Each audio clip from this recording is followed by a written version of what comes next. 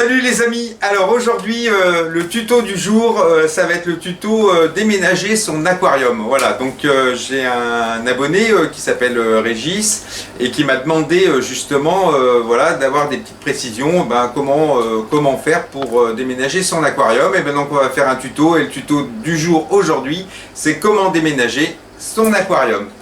Alors il va falloir que je réfléchisse un petit peu à mon déménagement. Donc le jour du déménagement, on a bien sûr tous les meubles, on a les tables, voilà, il y a tout à déménager et il y a l'aquarium.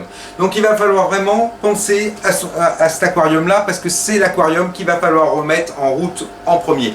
Ça veut dire que généralement dans un déménagement on est un petit peu épuisé, fatigué parce qu'on a transporté la machine à laver, on a transporté le frigo, on a transporté tout ça.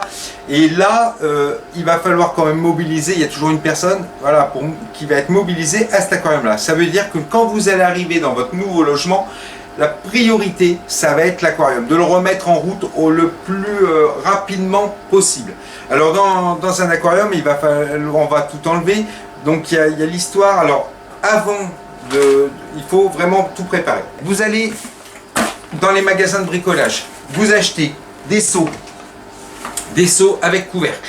Ça vaut pas bien cher, vous verrez, en premier prix, franchement, ça vaut pas le coup de s'en passer. Vous prenez des 15 à 20 litres, surtout pas en dessous, parce qu'en fait, ce qui va se passer, c'est que c'est là-dedans qu'on va mettre les poissons, c'est là-dedans qu'on va mettre les plantes, c'est là-dedans qu'on va mettre le sable.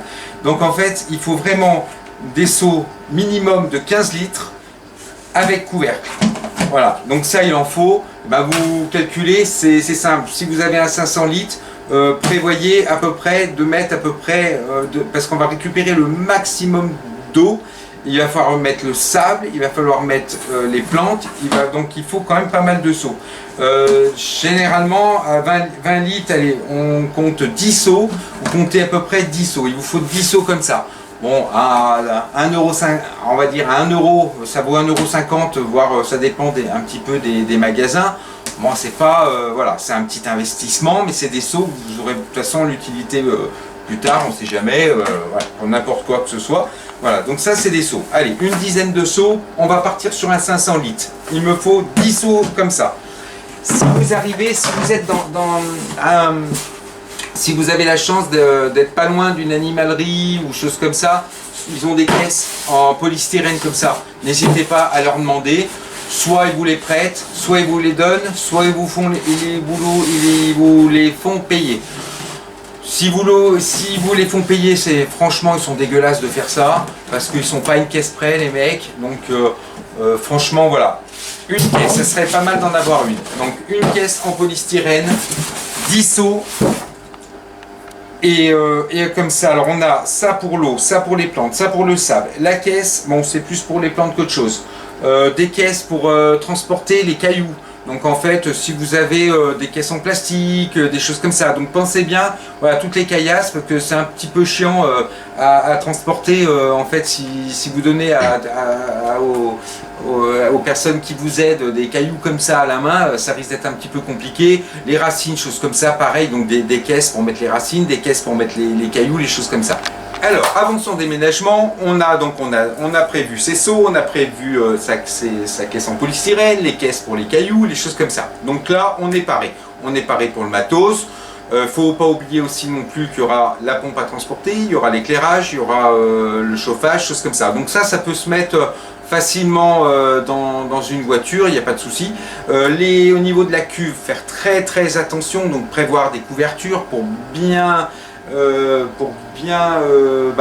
ait pas de casse, pas de rayures, des choses comme ça. Donc n'hésitez pas, voilà, des vieilles couvertures, des choses comme ça. Et ça c'est le truc qu'il faut penser un petit peu avant. Ça va pas être sur le moment du déménagement à se dire mince, j'ai pas prévu la couverture. Donc on se fait une petite liste, hop, on a mis les seaux, on a mis ça, machin, tout ça. On est paré, on a tout. Le jour du déménagement, voilà, il faut l'organiser. Ça veut dire que est-ce que les poissons vont être dans les seaux, les plantes, bon, il n'y a pas besoin il n'y a pas de précaution. Vous allez voir à prendre avec les plantes. Les poissons, il faut qu'ils aient, en fait, on va les mettre dans les seaux, il faut qu'ils aient au niveau beaucoup plus d'air que d'eau. L'avantage, vu qu'on n'a pas pris de sac, c'est que en fait, il y aura un échange en fait d'air eau qu'il n'y aura pas dans un sac. Donc l'avantage, c'est qu'en fait, on met beaucoup moins d'eau pour se protéger, donc beaucoup moins d'eau et beaucoup plus d'air. Voilà. Il ne faut pas remplir son seau jusqu'au jusqu'au bord, voilà, et parce qu'on va se dire, tiens, il va me falloir de l'eau. Non, non, non. On pense déjà aux poissons qu'on va mettre dedans. L'eau, on va dire, voilà, si c'est des scalaires, allez, on met un peu plus, parce que les scalaires, ils ne vont pas être comme ça. Donc allez, si c'est du scalaire, on peut monter facilement jusque là, mais si c'est des cardinalis, des tétras, des petits poissons, des guppies, des platies, des choses comme ça, là c'est vraiment au minimum. Il leur faut surtout beaucoup d'air, beaucoup de bras, vu que dans les voitures, choses comme ça, on passe sur des dodanes, choses comme ça, donc l'eau à l'intérieur ça va faire ça, donc il y aura un échange gazeux, donc pas de souci. Et puis il faut bien après fermer, pas besoin de faire de trous, hein. C'est pas du tout nécessaire. Et alors juste une chose, c'est que avant de mettre ces petits protégés, il faut absolument faire une diète. Donc 48 heures avant votre déménagement, avant de vider l'aquarium, on ne donne pas à manger. Pourquoi? Parce qu'en fait les poissons, s'ils font des excréments dans le seau en fait qui est là, parce qu'en fait vous n'allez pas remettre vos poissons tout de suite. En fait vos poissons, ils vont être là-dedans, ils vont attendre que le bac soit à température, parce que ça va être une question de température qui va être ça va être la condition à laquelle vous allez remettre vos poissons, c'est justement que le bac va reprendre. Donc le temps que vous remettiez votre décor, le sable, choses comme ça, la remise en eau, la remise des pompes, vous n'allez pas remettre vos poissons tout de suite. Donc s'ils font des excréments dedans, montée d'ammoniac et vos poissons, eh ben, ils vont mourir. Donc 48 heures à l'avance, la diète, ça veut dire qu'on ne nourrit pas ces poissons 48 heures avant. Pour être sûr, vous ne vous donnez pas à manger, par exemple, allez, on va dire un jour et demi avant, pas de nourriture. Comme ça, vous êtes sûr que vos poissons, ils auront été à la diète, ils auront fait des excréments, il y aura pas, ça n'ira pas dans le seau. Et alors, quand la veille, en fait, on va dire 2 jours avant le déménagement, n'oubliez pas une chose, faire un changement d'eau. D'avoir en fait une eau qui soit quand même... que quand vous allez mettre votre eau dans les seaux, que ce ne soit pas une eau qui soit vieille. Donc en fait, ce que vous faites, 2 jours avant votre déménagement, vous faites un petit changement d'eau. Donc pas la moitié du bac, ça ne sert à rien, mais vous faites un bon 20% de la totalité de votre aquarium. 20%, vous enlevez 20%, vous faites un bon changement d'eau. Voilà, pour assurer le coup d'avoir de ce que vous allez mettre comme eau dans vos seaux, que ce soit quand même pas une eau qui soit, qui soit vieille. Après, deuxième truc, c'est que par exemple, allez, on est au mois de janvier, si je viens à déménager au mois de mars, donc ça fait février, mars, 2 mois, ou 1 mois et demi. Là, ce qu'il ne faut surtout pas faire, c'est que pendant 2 mois, vous allez surtout pas nettoyer ou changer votre filtration. C'est-à-dire que votre filtration, il faut qu'elle soit encrassée au maximum. Au même titre que le sable de votre aquarium, il faut surtout pas le nettoyer. Et là, donc, il faut absolument que vous faire le plein de bactéries, parce que ces bactéries-là, c'est elles qu'il va falloir pendant le déménagement, c'est elles justement, c'est pas vos poissons. Vos poissons, ils vont être dans un seau d'eau, ils vont être stressés, ok, ils vont arriver chez vous, dans votre nouveau logement, ils seront dans les seaux, ils auront le temps, parce que la température dans les seaux, elle va un petit peu baisser, choses comme ça, ils vont reprendre un petit peu du calme par rapport à ce truc-là. Mais vos poissons, ils vont s'en sortir, les plantes, elles vont s'en sortir, le sable, il va s'en sortir. Mais il y a une chose qui ne s'en sortira pas si vous n'en prenez pas attention, c'est les bactéries. Et ces bactéries-là, il faut en prendre soin. Il faut faire le plein de bactéries avant son déménagement. Et donc maintenant, on va attaquer et on va vider cet aquarium.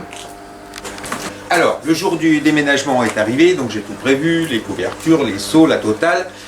Et donc maintenant, on attaque. Alors, il faut bien couper tout ce qui est électrique. Voilà. Ah. L'éclairage, je vais le mettre au fond. Alors, on va partir sur un aquarium. On va dire que c'est un 500 litres, mais c'en est pas un. Voilà. Alors, on va faire ça sur un petit bac. Voilà, en faisant comme si c'était un gros. C'est elle. Alors, on a enlevé sa rampe d'éclairage. On a coupé tout ce qui était pompe de filtration, le chauffage. Et là, donc là, eh ben, il n'y a plus qu'à enlever. Donc on a dit un seau. Alors une caisse pour les pierres, bien sûr. Voilà. Donc tout ce qui est pierre, tout ce qui est cailloux, racines, choses comme ça, eh ben, ça va dans une caisse. Tout ce qui est plantes, toutes les petites plantes, hop, et ben ça va dans un seau. Donc il y a un seau où c'est tout ce qui est plantes, une caisse où il y a toutes les caillasses. Du coup, surtout récupérer de l'eau. Donc là, je suis en train de récupérer les seaux. J'ai mis les plantes. Donc là, je suis en train de préparer un seau pour les poissons. Donc là, je mets pas mal d'eau et je stoppe. Après, je vais mettre, hop, donc j'ai mis une caisse pour les caillasses. Là, je mets de l'eau pour les plantes. Alors les plantes, à savoir, vous n'êtes pas obligé de mettre de l'eau du tout. En fait, vous pouvez très bien mettre au couvercle vos plantes. De toute façon, du moment qu'elles sont humides, qu'elles restent bien dans l'humidité, voilà, vous n'êtes pas obligé. Mais là, comme c'est un déménagement, donc je vais récupérer le maximum de flotte.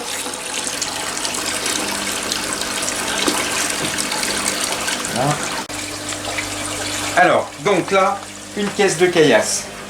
Des seaux remplis avec de l'eau de l'aquarium. Un seau avec les plantes. Un seau avec le sable. Donc vous avez des seaux où il y a le sable dedans, où il ne faut surtout pas le laver. Donc en fait, on récupère, on vide son aquarium, on récupère le maximum de flotte.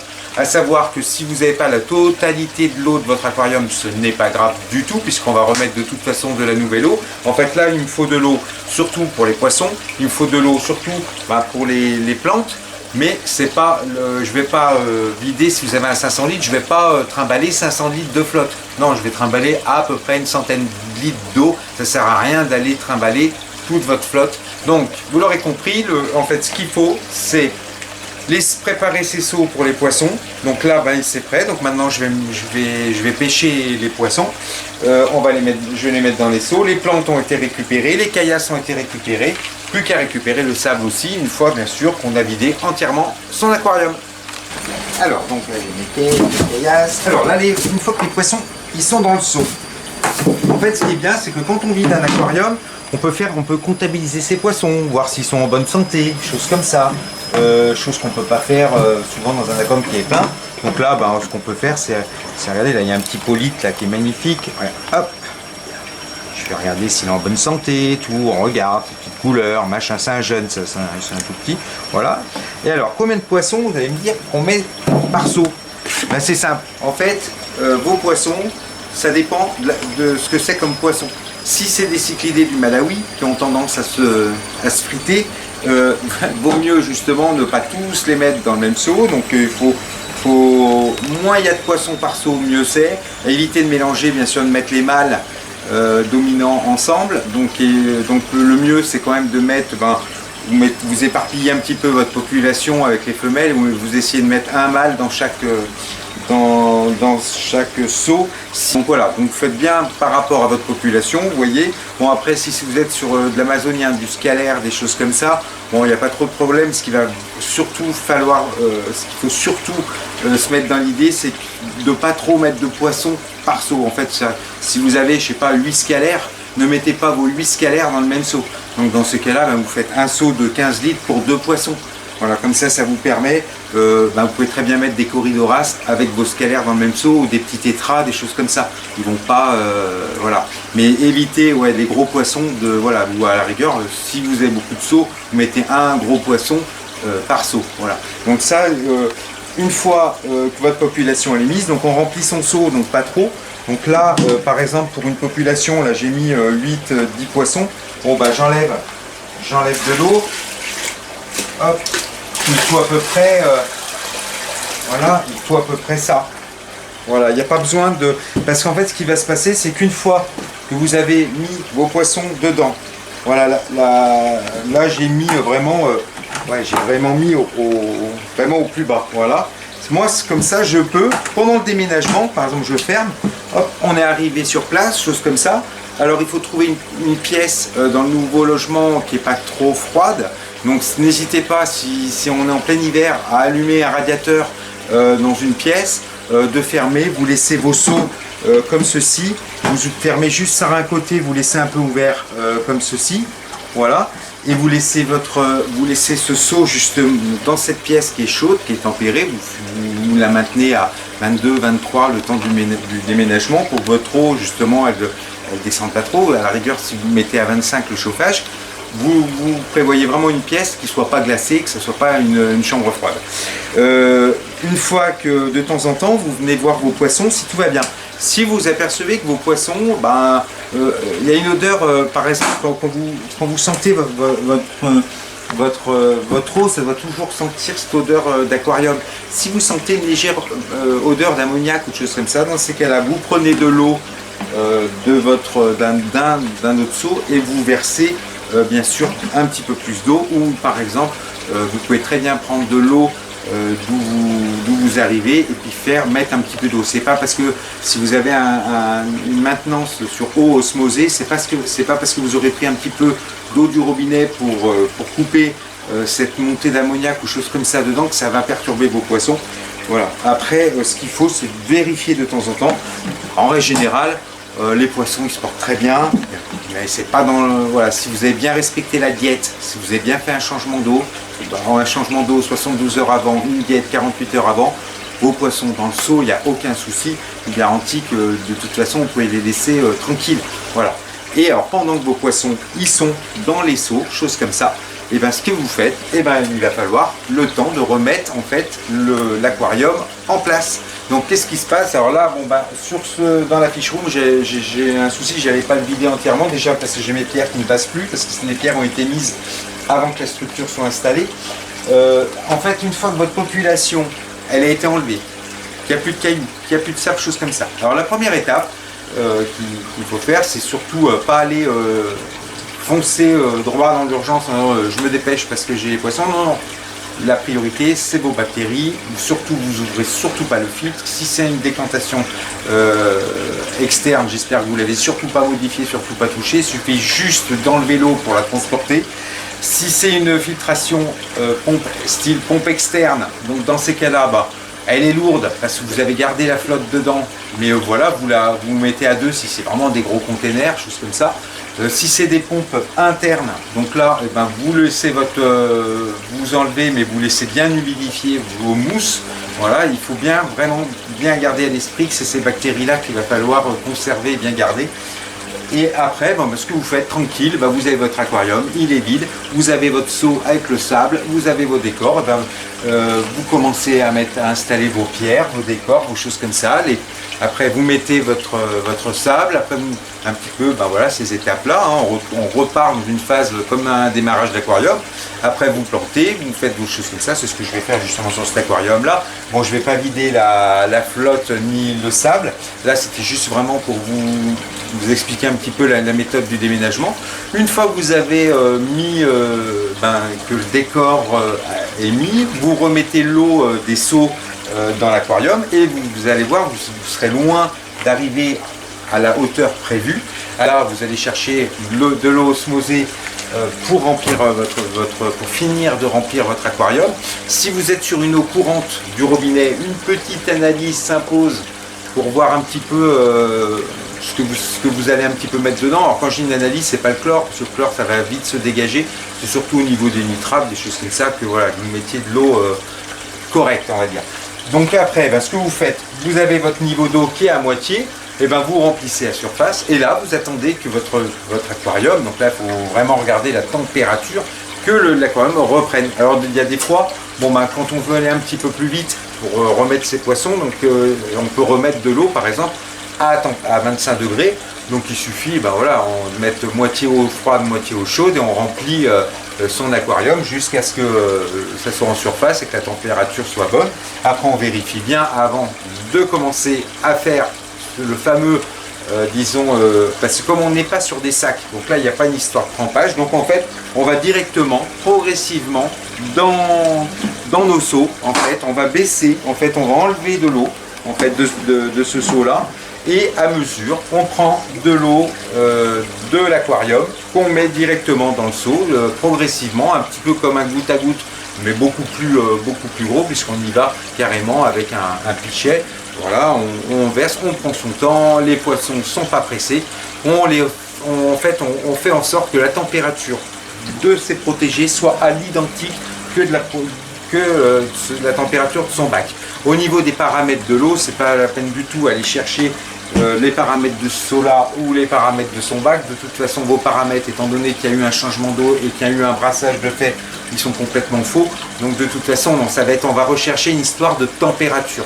Après, les paramètres de l'eau, ça viendra après. Mais pour le moment, voilà, il faut absolument que pour pouvoir remettre ces poissons, que votre aquarium soit à la même température que vos poissons qui sont dans le seau. Il ne faut pas oublier surtout ça. Après, une fois qu'on a fait un petit peu ce transfert d'eau de seau à aquarium, de seau à aquarium, en voulant justement, en mixant un petit peu cette température, la température, la nouvelle eau, choses comme ça, vos poissons commencent un petit peu à bien se réveiller, à savoir que voilà, ils vont commencer à arriver dans leur bac. Et bien après, on prend une épuisette, on prend son poisson et on commence à les mettre. Vos poissons, première chose qu'ils vont faire quand ils vont arriver dans l'aquarium, ils vont aller tout de suite aller se cacher. C'est-à-dire qu'ils vont aller au moindre... ils vont aller se cacher, ou après, par exemple, souvent les scalaires, ils se blottissent tous sur un côté du bac, ce qui est normal. Ils arrivent ils ont eu un déménagement, ils sont restés dans un seau assez longtemps, et là, c'est pas la peine de leur donner à manger, c'est pas la peine de mettre l'éclairage. Donc là, qu'est-ce qu'on fait? On éteint son bac, on laisse faire. Ce qu'il va falloir surtout faire une fois que vos poissons sont arrivés, que le décor est fait, c'est surtout vérifier les nitrites. Parce que les hausses de nitrites, après un chamboulement au niveau des bactéries, si vous avez bien gardé vos bactéries, qu'il y a vraiment une surcharge de bactéries dans votre pompe, choses comme ça, ou dans votre sable, généralement ça va aller tout seul, parce que ces bactéries-là, justement, elles vont aider à ce que ça soit beaucoup plus rapide. Si toutefois vous avez des surprises, il peut très bien y avoir une hausse de nitrite qui arrive souvent. Pas de panique, les hausses de nitrite, c'est simple. Vous faites à peu près un quart du bac, vous faites 15% de votre volume total du bac. Tous les jours, vous faites un changement d'eau. Tous les jours, jusqu'à ce que la baisse de nitrite soit arrivée. Voilà. Donc nitrite, quand je dis test nitrite, c'est surtout pas en bandelette, vous prenez en goutte, un test goutte, et vous testez votre nitrite pendant les 8 jours après le déménagement. Si vous avez passé le cap sans hausse de nitrite, ça veut dire que votre pompe, elle était nickel, que vos bactéries ont justement pris les devants et vous avez vraiment suivi les bons conseils. Si toutefois vous avez une hausse de nitrite, c'est pas grave. Si vous faites bien des changements d'eau, normalement vous n'aurez pas de perte sur votre population. Alors, j'en ai profité pour refaire le décor. Donc profitez-en aussi pour, de toute façon, quand on refait son aquarium, toujours machin, toujours un petit truc, on dit tiens je vais refaire ça, je vais remodifier. Donc ça c'est l'avantage un petit peu quand on déménage un bac, c'est qu'on fait en sorte voilà, de refaire un petit peu sa déco. Là j'ai refait, voilà, j'en ai profité pour refaire un petit peu le truc. Toujours après, une fois que vous avez remis votre sable, que vous avez remis vos plantes, vous avez tout remis, vous avez toujours une eau qui va être trouble. C'est pas parce que votre eau va être trouble que ça vous empêche de remettre les poissons. Du moment qu'il est à température, vous pouvez très bien remettre les poissons. Ce qu'il faut surtout, voilà, c'est bien vérifier sa température. L'eau qui est trouble, ça va durer à peu près. Alors selon les bacs, normalement c'est une nuit, le lendemain normalement c'est épuré, mais ça dépend beaucoup des aquariums. Les aquariums, votre eau sera trouble pendant une journée, il y en a c'est 2 jours, voilà, mais le fait que l'eau soit trouble, ça fait partie, voilà, une fois qu'on déménage un bac, on a cette eau qui sera trouble dans votre aquarium. Alors je profite que les poissons sont dans le seau à attendre que l'aquarium soit à température pour que je puisse les remettre dedans, pour vous remercier, parce que on vient de passer le cap des 1000 abonnés, donc c'est vraiment, alors là, vraiment super, je m'y attendais pas, donc vraiment merci à vous du fond du cœur. J'espère que vous serez nombreux, très actifs sur la chaîne, à la commenter, à la partager, à en parler autour de vous. Donc ça, merci, un grand merci à vous, et je vous dis à bientôt pour un prochain tuto.